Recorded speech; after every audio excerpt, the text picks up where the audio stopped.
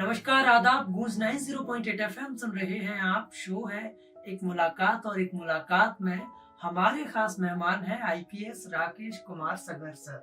Sir, बहुत सारा स्वागत है आपका गूंज 90.8 एफएम में। आपको धन्यवाद। सर, मेरा पहला सवाल, बचपन काफी संघर्षों में बीता, उसके बाद आज एक कामयाब नाम है आईपीएस राकेश कुमार सगर। क्या रहा वो सफर? किस तरीके की अड़चने आई आपके सफर में? देखिए, हम लोग का जो मूल जो स्थान है जहाँ हम लोग मेरा जो जन्म स्थान है वो एक भिंड जिले के एक छोटे से गांव में मेरा जन्म हुआ, जो उसमें काफ़ी समस्याओं से उसमें समस्या थी। खासतौर पे वहाँ कोई आवागमन के साधन नहीं थे और स्कूल भी काफ़ी दूर था। तो हम लोग का जो प्राइमरी जो शिक्षा थी वो गांव में हुई और उसमें भी काफ़ी कठिनाई आई, क्योंकि एक तो आर्थिक स्थिति चूँकि उतनी अच्छी नहीं थी और हमारे पिताजी प्राइमरी स्कूल में टीचर थे और जॉइंट फैमिली होने के कारण संसाधन उतने उपलब्ध नहीं थे जी। और हम लोगों ने काफ़ी अपने व्यवस्थाओं को उसी बजट में समेटते हुए अपनी प्राइमरी एजुकेशन पूरी की। और प्राइमरी एजुकेशन करने के बाद हम लोग डिस्ट्रिक्ट भिंड के एक उसमें बड़ा इम्पोर्टेंट जो है गवर्नमेंट जो हायर सेकेंडरी स्कूल नंबर 1 हुआ करता था, उसमें हम लोगों ने एडमिशन लिया। जब हम लोग ग्रामीण परिवेश से आए तो हमारे साथ में एक समस्या ये आ रही थी कि जो शहरी जो कल्चर है, शहरी जो वहाँ का वातावरण था, तो वो हमको बड़ा सूट नहीं कर पा रहा था और चूंकि हम उस वातावरण में कभी रहे नहीं, तो ऐसी स्थिति में हमको चूंकि जो हमारी जो एजुकेशन जो हुई 9th से, तो उसमें हमको करीबन 6 महीने हमको इतनी दिक्कत आई कि बेसिकली हमारा जो सिस्टम है वो पूरा डेवलप नहीं हो पा रहा था, क्योंकि जब वहाँ मिलने वाले लोग कम थे और चूंकि ग्रामीण परिवेश से जब हम लोग आए थे तो वहाँ ये था कि वहाँ का जो वातावरण था उसको हमें मिक्स होने में बड़ा दिक्कत आई। खासतौर रहन सहन वो हमारा प्रॉपर नहीं था। हम लोग एक किराए से मकान कमरा लेके रह रहे थे, खुद ही हम खाना बनाते थे। तो ऐसी स्थिति में हम लोग ने बड़ा स्ट्रगल किया और इसके बाद फिर हम लोग ने एग्जाम दी, 9th हमने पास किया, काफी स्ट्रगल किया। फिर धीरे धीरे एक परिस्थिति हमने अपने पक्ष में करते हुए हमने फिर हायर सेकेंडरी वहाँ से फर्स्ट डिवीजन पास किया और 93 में इसके बाद हमारा फिर 83 में हमारा एडमिशन इंजीनियरिंग कॉलेज में हुआ और फिर हमने वहाँ से सिविल में इंजीनियरिंग किया। तो देखा जाए तो साधन बिना साधनों के, और ये मान चलिए कि आज अगर हम लोग सोचते हैं तो लगता है कि वो बहुत बड़ी एक यात्रा थी जो हम लोगों ने पूरी की जी। तो बहुत बड़ी यात्रा थी जो आपने पूरी की सर, और संघर्ष बहुत ज्यादा था। तो ग्वालियर, एक बात मैं आपसे कहना चाहूंगा कि सुरंग कितनी भी लंबी हो, कितनी भी बड़ी हो, कितना भी अंधेरा हो, लेकिन जब वो अंत आता है सुरंग का तो उजाला आ ही जाता है। तो आप इस सुरंग वाले उदाहरण को हमेशा याद रखिएगा। सर, मेरा दूसरा सवाल आपसे, सिविल इंजीनियरिंग की पढ़ाई आपने की है, तो वर्तमान में पुलिस कार्यों में किस तरीके से काम आता है आपके अंदर का छिपा हुआ सिविल इंजीनियर? देखिए, क्या इंजीनियरिंग का जो हम जब शब्द यूज करते हैं सिविल इंजीनियरिंग, तो सिविल इंजीनियरिंग का बेसिकली बेस ये है कि हम कोई भी स्ट्रक्चर या कोई कंस्ट्रक्शन बेहतर अवस्था में, बेहतर स्थिति में कम से कम बजट में करें और समय की सीमा में करें। तो ये चीजें हमने अपने जो विभागीय जो हमारी प्रक्रिया रही आजकल में जो पुलिस में हम जो करते हैं, तो वो हम कम से कम समय में और बेहतर स्थिति में, बेहतर जो गुणवत्ता के आधार पर हम लोग काम करते हैं। तो ये हम इंजीनियरिंग के फॉर्मूले से हम लोग काम कर रहे हैं और इसमें हम लगातार जहाँ जहाँ मेरी पोस्टिंग रही तो हमने वही एक मैकेनिज्म अडॉप्ट की है। तो इससे जनता के बीच तालमेल भी बेहतर रहे हैं और एक बेहतर परिणाम भी हमको मिला है। तो हर एक व्यक्ति में होते हैं 2-3 हुनर, और उन 2-3 हुनर का पूरा इस्तेमाल करना राकेश सर से कोई सीखे। वो अपने अंदर के सिविल इंजीनियर का इस्तेमाल भी करते हैं पुलिस कार्यों में, ताकि जनता से अच्छा तालमेल बैठा सके। सर, मेरा आपसे तीसरा सवाल, हर किसी की एक पर्सनल लाइफ होती है और एक प्रोफेशनल लाइफ। राकेश सर को पर्सनल लाइफ में घर पर क्या क्या काम है जो करना बड़ा पसंद हो? देखिए क्या है कि हम लोग जो पुलिस की सेवा में तो लगातार जो है वर्किंग करना पड़ता है, लेकिन चूंकि जब हम खाली समय रहते हैं तो एक तो हमारा ये रहता है कि देश में जो समसामयिक विषय पर हम लोग काफी चिंतन करते हैं। दूसरा, मैं बेसिकली आज भी हम लोग क्या करते हैं कि खाना बहुत सी चीज़ों में आज हम लोग किचन में जरूर जाते हैं, और मैं जो है एक सब्जी जो मैं खाता हूँ वो जरूर मैं अपने हिसाब से और अपनी व्यवस्थाओं से ही अपने नेतृत्व में वर्क करवाता हूँ। क्योंकि होता क्या है कि हम खाने के बारे में किसी को अगर थोपे तो वो व्यक्ति क्या है वो अपने स्वाद से बनाता है, और खाना चूँ मुझे खाना है तो स्वाद मेरा भी होना चाहिए। तो हम खाली समय में एक तो हमारा जो गार्डन है उस पर हम विशेष ध्यान देते हैं। फिर हम जो है कुकिंग में जरूर जो है अपनी एक सब्जी बनाते हैं। इसके बाद फिर जो है सामाजिक जो परिदृश्य है उसमें अगर हमें समय मिलता है वो बात करते हैं। फिर जो बच्चे जो पढ़ रहे हैं उनसे हम जरूर संपर्क करते हैं, बात करते हैं, और ताकि उनको एक मोटिवेशन मिले। तो वो कुल मिला के हम जिन परिस्थितियों में गुजरे हैं तो उन परिस्थितियों में वो उनके अंदर थकान न हो, तो इसलिए हम वो करते हैं। इसके बाद हमारा विभागीय प्रक्रिया है तो हम करते ही हैं। तो यानी परिवार को समय आप जरूर देते हैं, जो कि एक जरूरी काम है। सर, जब आप आने वाले थे हमारी टीम को पता चला तो बहुत सारी रिसर्च आपके बारे में की, और आपके बारे में पता चला कि पर्यावरण से आपका बड़ा प्रेम है। उस पर कुछ बताइए सर। तो पर्यावरण एक्चुअली क्या है कि मैं काफी सोचता रहा, मतलब एक्चुअली मैं सोचता रहा कि हमारे एक जर्नलिस्ट से मेरी बात हुई कि आपके किस विषय पे क्या लिखा जाए, क्या किया जाए। तो हमने कहा कि हमारा जो जीवन में हमारे जो मानव संरचना है उसमें अगर हम अध्ययन करेंगे तो हमारा शरीर जो है 5 तत्वों से मिलकर बना है। उसमें अग्नि है, उसमें पानी है, उसमें हवा है, उसमें आकाश है, उसमें पृथ्वी है। और मेरा मानना है कि ये अगर संतुलित है सब तो आपका शरीर संतुलित काम कर सकता है। तो मेरा मानना है कि चूंकि पर्यावरण में अगर आपकी रुचि है तो आपके शरीर में जो 5 तत्व हैं वो आप उनको बैलेंस कर सकते हैं। क्योंकि वो अगर हवा शुद्ध है तो उसके लिए आपका प्लांटेशन आवश्यक है। इसके बाद बाकी हरियाली से आपकी पृथ्वी की वो बढ़ती है। दूसरा, पानी भी आपका बेहतर स्थिति में है। तो पर्यावरण को अगर आप ज्यादा ले जाएंगे, क्योंकि नेचर के पक्ष में आप रहेंगे, तो ये मेरा मानना है कि कहीं ना कहीं हम सफल जरूर होंगे, क्योंकि प्रकृति ही हमारे जीवन और हमारे जो भविष्य को निर्धारित करती है। तो ग्वालियर राकेश सर ने बताया कि पर्यावरण कितना जरूरी है हमारी जिंदगी के लिए, क्योंकि पर्यावरण है तो कल का अच्छा आवरण है। तो पर्यावरण की सुरक्षा जरूर कीजिए, और पर्यावरण से प्रेम तो आपको करना ही पड़ेगा, क्योंकि पर्यावरण है तो आने वाला कल है। सर, मेरा एक और सवाल, आपके नाम के साथ ऑपरेशन अरुणिमा और ऑपरेशन नेफिस विशेषण के रूप में उपयोग किए जाते हैं। ऑपरेशन अरुणिमा और ऑपरेशन नेफिस क्या है सर? देखिए क्या है कि अभी हम लोगों ने जहाँ जहाँ मेरी पोस्टिंग हुई, खासतौर पर मैं एसपी आगर मालवा था और मैं एसपी नीमच था, तो हम लोगों ने जो मध्य शासन की बड़ी महती योजना थी लाड़ी लक्ष्मी योजना। तो लाड़ी लक्ष्मी योजना के अंतर्गत जो वो बच्चियां जो हमारी उसके अंतर्गत जो पात्र थी, उन बच्चियों का हम लोगों ने ये एक रजिस्ट्रेशन हमको महिला बाल विकास से मिला। तो जो इनकी उम्र 16 साल से ज्यादा हो गई, तो उनको हमने साइबर फ्रॉड से कैसे बचे, क्योंकि अभी इतनी ज्यादा विषम परिस्थितियों में हमारी बच्चियां वो कहीं ना कहीं साइबर के से वो ठगी उनके साथ घटना घट रही है, शोषण की घटनाएं लगातार हो रही हैं। तो हम लोगों ने इस पर एक टीम गठित करके इसमें हमारी महिला अधिकारी, आंगनबाड़ी की हमारी कार्यकर्ता और महिला बाल विकास और खेल कूद अधिकारी, ये बच्चों की जो महिला अधिकारी हम लोगों के पास थी, तो हम लोगों ने एक जो है टीम बनाकर एक ऑपरेशन अरुणिमा हमने स्टार्ट किया। तो इसमें हम लोगों ने जिस लेवल पे, स्कूल के लेवल पे, ग्राम पंचायत के लेवल पे, जहाँ जहाँ बालिकाओं को हमको चिन्हांकित किया, तो जो हमारी लाड़ी लक्ष्मी पुष्ट हमारी बालिकाएं, उनको हमने ट्रेनिंग दी।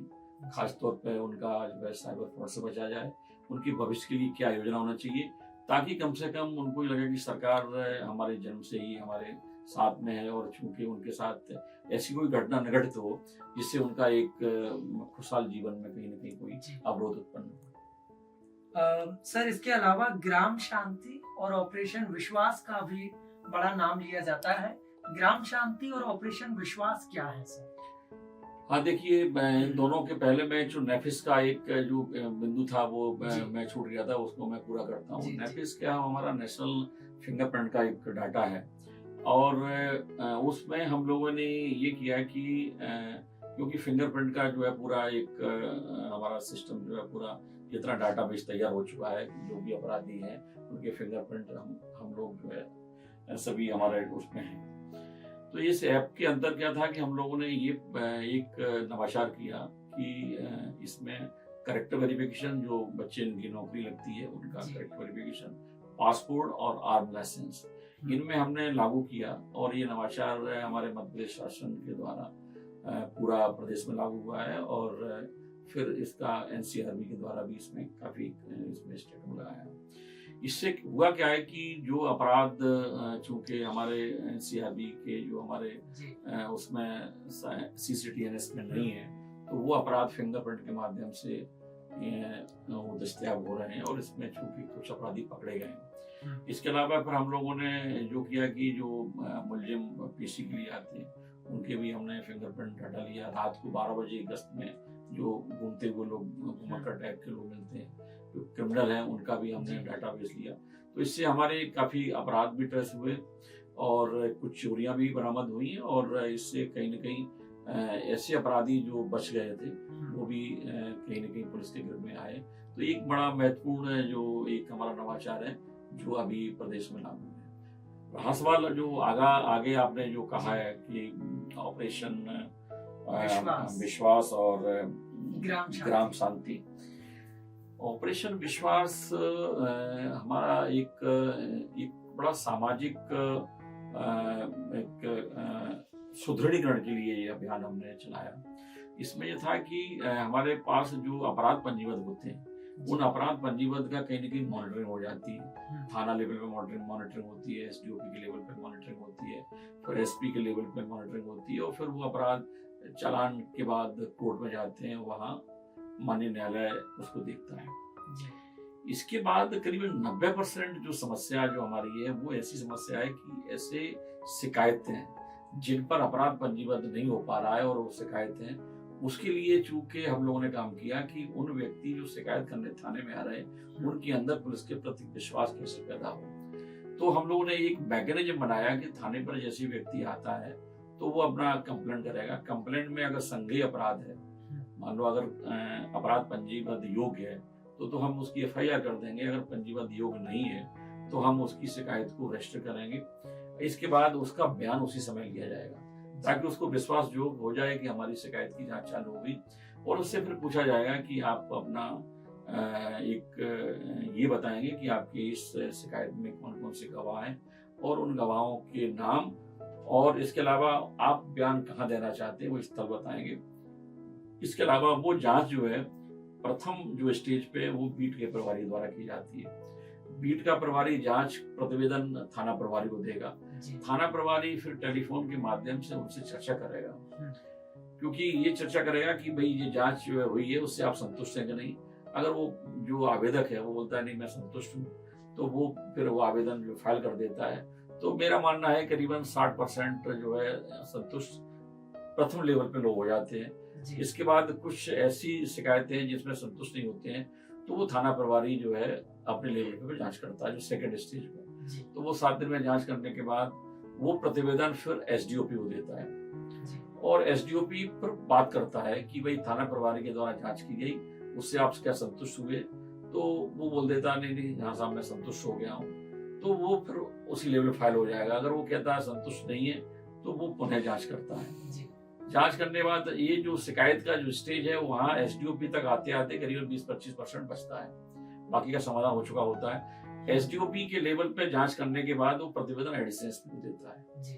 तो एडिशनल एसपी डिस्ट्रिक्ट लेवल पे उनकी मॉनिटरिंग करता है, और करने के बाद फिर वो बात करता है। तो उसमें मेरे मॉनिटरिंग में जो हम लोग डिस्ट्रिक्ट लेवल पे थे तो एसपी के लेवल पे वो शिकायतें 10% से ज्यादा नहीं बचती। तो हम उनकी उच्च गुणवत्ता, समाधान कारक तत्व और कैसी उनकी जो शिकायतों की प्रकृति है उस पर हम समाधान उनको कर सकते हैं, और ताकि उनकी समस्या का निदान मिले, ताकि उनको विश्वास हो सके। अभी हो क्या रहा है कि वो व्यक्ति शिकायत करता है, शिकायत में हम उसको पावती देते हैं, उसका बयान नहीं लेते हैं, तो वो इस आशा के साथ भागता रहता है कि मेरी जांच कहाँ होगी, क्योंकि आवेदन देना वो जांच नहीं मानता है, वो जांच जब मानता है उसका बयान चालू हो जाए। तो ये ऑपरेशन विश्वास के अंतर्गत जो हमने काम किया है, तो इससे करीबन हमारे 20 से 25% अपराधों में गिरावट आई और लोगों में एक विश्वास कायम हुआ। और इसमें चूंकि गंभीर अपराध है, जिसमें मर्डर और 307 जैसे अपराध हैं, उनमें भी कमी आई। क्योंकि कमी इसलिए आई क्योंकि कोई व्यक्ति मर्डर अगर उसका हो रहा है होगा या 307 का गंभीर अपराध होगा, इसके पहले अमूमन वो एक बार थाने में जरूर आता है, प्रत्यक्ष या अप्रत्यक्ष रूप से। अगर हम उसी समय उसका समाधान कर दें तो हो सकता है वो घटना टल सके। तो ये अभियान बेसिकली बड़ा महत्वपूर्ण रहा और इससे हमको जो है काफी एक राहत मिली कि अपराधों में गिरावट आई। जी सर, मेरा एक व्यक्तिगत सवाल आपसे, अगर आईपीएस राकेश कुमार सगर नहीं होते तो क्या होते? देखिए क्या है कि व्यक्ति का जो व्यक्तित्व है वो खोजना बड़ा मुश्किल रहता है कि व्यक्ति का व्यक्तित्व जो है कि हम आखिर किस लेवल पे अपना संतुष्ट होंगे। तो मैं बेसिकली शुरुआत में हमने इंजीनियरिंग करने के बाद फिर मैं जॉब के मैंने मिनिस्ट्री ऑफ प्लानिंग में जॉब किया। मिनिस्ट्री ऑफ प्लानिंग में जॉब करने के बाद फिर मुझे लगा कि बहुत सी समस्याओं का समाधान सामाजिक रूप से हम नहीं कर पा रहे हैं, बहुत सी चीजें। तो फिर मैं पुलिस में आया। तो पुलिस में आने के बाद भी फिर मैंने ये देखा, तो कायदे में अगर मैं पुलिस में नहीं आता तो फिर मैं आगे चल के जो है एजुकेशन या ऐसी संस्था में और जब जहाँ चाहता जहाँ कि मैं लोगों को और अवेयर कर सकूं, तो मेरी प्राथमिकता ये रहती कि मैं कहीं न कहीं शैक्षिक संस्था में जाके मैं लोगों को या जो बच्चों को अवेयर जरूर करता हूँ। अवेयरनेस आपकी प्राथमिकता हमेशा से रही है। सर, मेरा आखिरी सवाल, ग्वालियर को आप क्या मैसेज देना चाहेंगे? ग्वालियर में एक्चुअल मैसेज देने मैं ये चाहूंगा कि ग्वालियर में जो चंबल का एक जो कंसेप्ट है, मतलब मैं बेसिकली चंबल में क्या है कि मैं जो पूरा इस क्षेत्र में स्टडी की है, तो इसमें 2-3 चीजें मेरी संज्ञान में आई हैं जो कहीं न कहीं झगड़ा का कारण होता है। एक तो क्या है कि ये जो यूपी से लगा हुआ बेल्ट है और यहाँ जो पॉपुलेशन है वो काफी डेंस पॉपुलेशन है, जो तुलना में अगर हम मध्य प्रदेश की बाकी भागों में करेंगे तो तुलना में ये डेंस पॉपुलेशन है। डेंस पॉपुलेशन के साथ साथ यहाँ सेक्स रेशो भी काफी पुअर है। इसके अलावा फिर यहाँ जो आपका भिंड मुरैना वाला जो बेल्ट है वो एक आर्मी में जो है एम्प्लॉय बहुत ज्यादा है। तो आर्मी में भी क्या है, कांस्टेबलरी बहुत ज्यादा है। तो होता क्या है कि एक कांस्टेबलरी आर्मी की हो या पुलिस की हो या पैरामिलिट्री फोर्सेस की हो, इसमें क्या कमांड बेस पे काम चलता है कि हम कमांड देंगे तो हम परेड पे खड़े हो जाएंगे, कमांड देंगे तो हम ये करेंगे। लेकिन होता क्या है कि हमारा जो आर्मी में लोग जो है वो अर्ली एज में रिटायर्ड होते हैं। तो अर्ली एज में रिटायर्ड होते हैं तो उनको फिर ये लगता है कि आखिर अब कमांड देने वाला कंसेप्ट कहाँ है। तो सबसे पहले उनको हम अपना ये जो हमारे ऑपरेशन विश्वास है और एक हमारा जो ऑपरेशन ग्राम शांति है, जो जिस पर हम लोग अभी चर्चा मैं अलग से करूंगा क्योंकि वो सब्जेक्ट छूटा है वो, तो इनको हम ऐड करके और कुल मिला के ये विश्वास दिलाएं कि हम आपके साथ में हैं। तो इससे क्या होता है, क्योंकि जब हम लोग इस क्षेत्र में रहे, मैं दतिया में रहा, मुरैना में रहा, तो हम लोग ये मान चलिए करीबन डेली 2 पंचायत में करता था। मैं अपने जीवन में करीबन 2500 से ज्यादा मैं पंचायत कर चुका हूँ, जिसमें मर्डर जैसी चीजों में भी राजीनामा हुए हैं।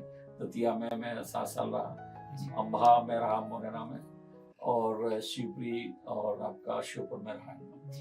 तो इन जो जहाँ काफी रिवेंज है, इनमें भी हमने राजीनामा की काफी प्रक्रिया हुई और राजीनामा से ये रहा कि कम से कम परिवार का जो रंजिश है वो इसी लेवल पे खत्म हुई।